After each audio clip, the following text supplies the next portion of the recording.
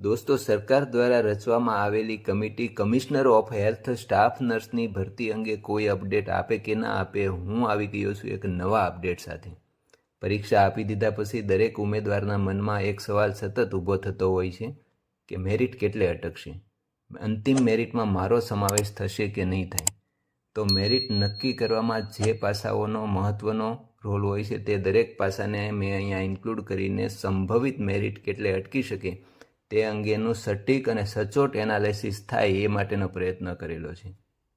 મેરિટને અસર કરતા દરેક પરિબળો જેવા કે અંતિમ ભરતી પછી નવા છૂટા થયેલા વિદ્યાર્થીઓની સંખ્યા, નવા રજિસ્ટ્રેશન થયેલા વિદ્યાર્થીઓની સંખ્યા, પેપર કેટલું અઘરું નીકળ્યું છે કે કેટલું ઇઝી નીકળ્યું છે તેનું લેવલ, અને આગળના વર્ષોના પેપરની સરખામણી, આ દરેક બાબતો ધ્યાનમાં લઈને મેરિટની સંભાવનાઓ નક્કી થઈ શકે છે.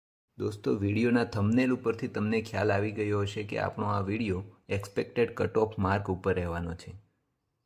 આ વિડીયોમાં છેલ્લા 10 વર્ષની દરેક પરીક્ષાનું સંપૂર્ણ અને ડિટેલ એનાલાઇસિસ કરીને અંતિમ રિઝલ્ટ તરીકે એક્સપેક્ટેડ માર્ક નક્કી કરવામાં આવ્યા છે.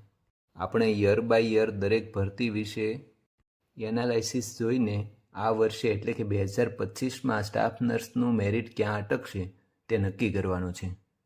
સૌથી પહેલાં આપણે 2014ની ભરતીની વાત કરીએ તો આ ભરતીમાં પેપર સ્ટાઇલ સિવાયના પ્રશ્નો એટલે કે જનરલ નોલેજના પ્રશ્નો અને અંગ્રેજીના પ્રશ્નો, આવા પ્રશ્નો આવી જવાને કારણે પેપર થોડું અઘરું બની ગયું હતું, જેના કારણે જેટલા ઉમેદવારોની જરૂરિયાત હતી એટલા ઉમેદવારો પણ પાસ થઈ શક્યા ન હતા, જેના કારણે જેટલા લોકો પાસ થયા હતા તે બધાને લગભગ એપોઇન્ટમેન્ટ મળી ગઈ હતી.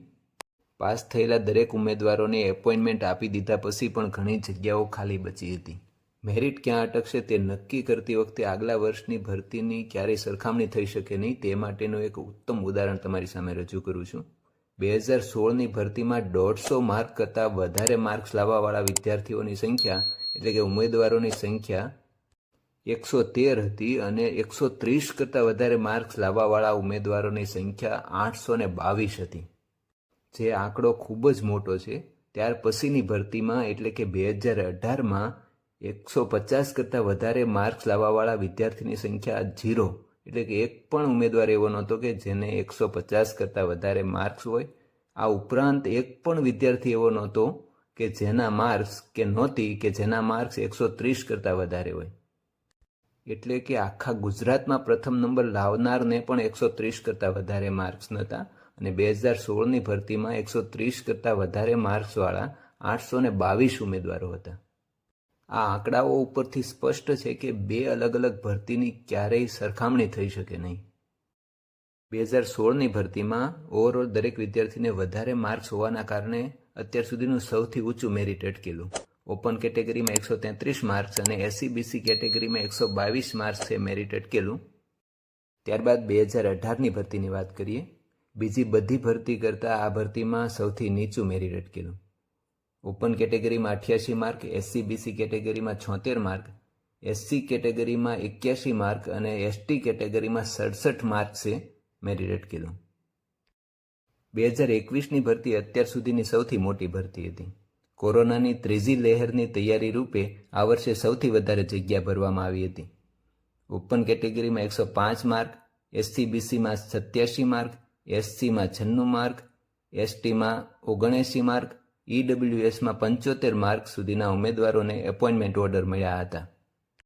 હવે 2025નું ચિત્ર જોઈએ તો આ વર્ષે અનુમાનિત મેરિટ ક્યાં અટકી શકે, એક્સપેક્ટેડ કટ ઓફ માર્ક્સ ક્યાં રહી શકે અને તમારો મેરિટમાં સમાવેશ થશે કે નહીં તેની સંભાવનાઓ કેટલી છે તે માટેનું એક ચિત્ર અહીંયા રજૂ કર્યું છે. આ માર્ક સંપૂર્ણ અંદાજિત હોય છે. મેરિટ તેનાથી ઉપર પણ અટકી શકે, તેનાથી નીચે પણ અટકી શકે, પરંતુ ઘણા બધા ફેક્ટર્સને ધ્યાનમાં લેતા અંદાજિત મેરિટ અહીંયા અટકવાની સંભાવનાઓ ઘણી બધી રહેલી છે.